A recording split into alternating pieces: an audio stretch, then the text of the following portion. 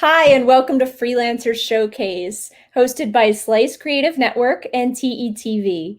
My name is Melody Matheny, and I'm the founder of Slice Creative Network. We are interviewing creative freelancers who work in the theme park industry, and today we have with us a very talented freelancer named Arielle Spencer. Welcome, Arielle. Hi. Hi, thanks for coming on the show. Thanks for having me. Great. So let's tell the viewers what discipline do you work in? I am an attraction designer. Excellent. And what types of companies have you worked for in the past? I did a CAD design internship with Disney Parks Live Entertainment out here in Orlando. And after that, I did some concept design work with BRC Imagination Arts. And I've been doing some freelancing work for different companies like Tavistock Restaurant Group and with Brian Morrow Productions. Oh, yay. I love those companies. That's great. And so you mentioned you're currently located in Orlando. Is that right? Yes. Okay. Here I am in sunny Orlando. Very sunny. It's always sunny. Sunny and 88. If you were offered a position in another place, would you consider moving for a job? Oh yeah, definitely. I'm from Southern California, and I would love to go back there soon, some point. Cool. Well, great. Let's check out your portfolio. Can you share that with us, please? Absolutely. Thank you. Okay, so I'm gonna start right over here. So my background is actually a little bit more on the technical side. I come from a psychology and human-centered design background with undergrad, actually. And when I went to Savannah College of Art and Design to do my MFA, I had a little bit of a scientific approach to things that I still kind of use. I like to use like the analytical side of my brain. And so we started learning Revit, and it was very comfortable for me to be in the kind of the more technical side. And so I've always been really interested in children's hospital design. So when we got the chance to do a project in Revit, I decided to do a pediatric oncology clinic, which is what you're seeing here. And so what I did is, I built the whole clinic, and I tried to have a lot of different amenities for the families to make it, to use the principles of themed entertainment. So what you can see is like in the patient room right here, this is a pull-out bed because, a lot of times the parents have to stay over in the kids' room and there's nowhere for them to stay. Or up here, I have a playroom and a teen lounge for, patients who are staying there and kind of want something to do, or even siblings. And, there's cafes, there's all sorts of amenities for the families, laundry, all sorts of things like that. And I really tried to think through all of the things that could make their lives easier while they were staying in this clinic, which obviously is not going to be a fun time. So like, what can we take care of for them? So I really, really enjoyed this project, and it was my first foray into 3D modeling, and that kind of sparked a creative bug for me, which was a lot of fun. So I'm gonna go on to. So while I was at SCAD, I started thinking much more about guest experience and storytelling, and kind of learning more about how you apply all of that in themed entertainment design. So one of the classes we took was about queue lines. And so I designed this queue line called Agent Undercover, and it's based on a 1940s female spy. And what was really fun for me is that I got to do all sorts of different little bits of it. So you can see I have some ride signage down here. I have costumes. I had a whole little AR app, as well as I got to do the CAD design and 3D modeling. So you can see I had laid out the whole queue in Revit, had a lot of some fun problem solving figuring out how to make it 2 stories ADA accessible. But what I really loved about this project is that I wanted it to be that your queue experience affected your ride experience. So it would really increase rewritability. It would make the waiting time fun. So you see this this phone app has AR content in the queue. So you're getting to be one of these new agents. You're getting to look for cues in the clues in the queue. And what you find and what you store can come back next time you ride, and that would affect the way the ride works. And so that was a really fun project to try and figure out how that would work. And like a really great way to think about telling a story in a queue space. So next,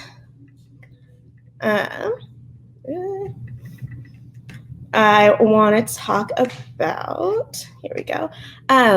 So for my graduate thesis, I designed a full theme park, actually, called Mythica, Land of the Mythic Isles. And one of the things that I'd really noticed throughout my kind of time at SCAD, throughout my exploration of themed entertainment, is I kept coming back to the idea of accessibility and of kind of communities. And so what I wanted to do with this project was I wanted to make a space that celebrated all the different cultures around the world and created a place that was centered on like a unified community, a global community, right? And so I was getting more and more comfortable with art, with drawing, less, because like I said, I was already a little bit more comfortable with the technical side. So for this project, I really challenged myself to do hand drawing. So you can see down this center, I made a map of the whole, so this is the park map, and then I took that 3D blocked out map and I drew every land in detail, which was tons of time, but so much fun. I loved getting to do all of the scenic elements and really think about the guest experience. And this was great for me because, again, I got to do kind of the big picture. I got to think of the story of the park where, you know, the conceit of the park is that you're getting to be transported into all of these different mythical realms. So if you're going into the Greek area, you're not just going to something that has a bunch of statues. You are going to Mount Olympus, or you're going to Yggdrasil, or for the Japanese one that you see here, it's Onagoro Island. So all of these are places that are central to that culture's mythology, and so you get to really experience that magical, mythological place. And so I kind of I had the big picture, but then I was really able to dive in deep on the things that most interested me. So like you see, all of the posters have, all of the lands have posters, and I got to detail out the drawings. And, you know, on some of them, I designed ride vehicles and all sorts of like different details, which was really fun for me. And like I mentioned at the beginning, I was really able to focus on that accessibility and the cultural accessibility because I wanted this to be a place that welcomed everybody, no matter what their culture, their language, everything like that. And that's kind of something that I've taken with me through the rest of my work. So I'm going to show Unity Square now, which was actually my Teens Imaginations entry for this last Imaginations round. And we made it to the semifinals, which we were really excited about. And what we were doing, so the prompt, you know, looked at, you wanted to celebrate your city. And so I got to be the art director and the illustrator on this, which was like a big step for me because I had been kind of growing my confidence in my own ability to draw slowly. And so this was kind of like, okay, you're the illustrator now. you got to do it. And so we created this city that, again, it wanted to form a community. We made a new square in Savannah, and we picked our different themes that we tried to carry through. So you can see discover, conserve. We also had explore, and reflect. And those are kind of the themes we wanted to draw through, and thinking about that guest experience, thinking about all the different cultures that made up Savannah through its history. And we wanted to make sure we weren't shying away from the bad side of its history as well, and just really like telling the whole story, but also letting people feel into it and, feel like they can be a part of that story. So one of the things that we thought was a very interesting way to do that is we had this kind of idea of a patchwork quilt, because of all of the cultures that made up Savannah, quilting was a big part of all of them. And so when you go, you can design your own quilt square, and that gets put into this a digital square, and that gets put into the quilt of the whole Unity Square that never goes away. So you will always be part of that community, and that was a big thing for us. And on the art side, I had so much fun. I did all of this, all of the drawings were done by hand and then brought into Photoshop to digitally paint them, which I really thought that it needed to have that hand-drawn background to give it the kind of more, you don't want that digital feel. We wanted it to really feel thought through. And I got to play with textures and all sorts of things. And like I said, we made it to semifinals, so that was really big for us, and we really, really, really liked this project. And I feel like I got to grow a lot on it as well. So yeah, that's kind of all I wanted to show for today.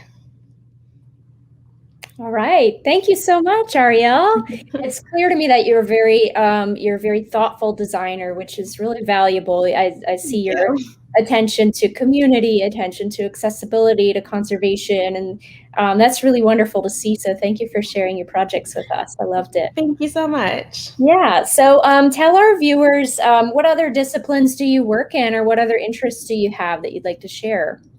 Yeah. So I love to make cakes. It's something I've done since I was in, I think, like middle school or something. I used to do like the local county fair. And so if you've ever seen like Ace of Cakes or Cake Boss or anything like that, it's like these ridiculous, topsy-turvy, ridiculous cakes. So that's one of my biggest hobbies. And I'm really glad that I now have a kitchen that I can do that, because that was not something I could do in school.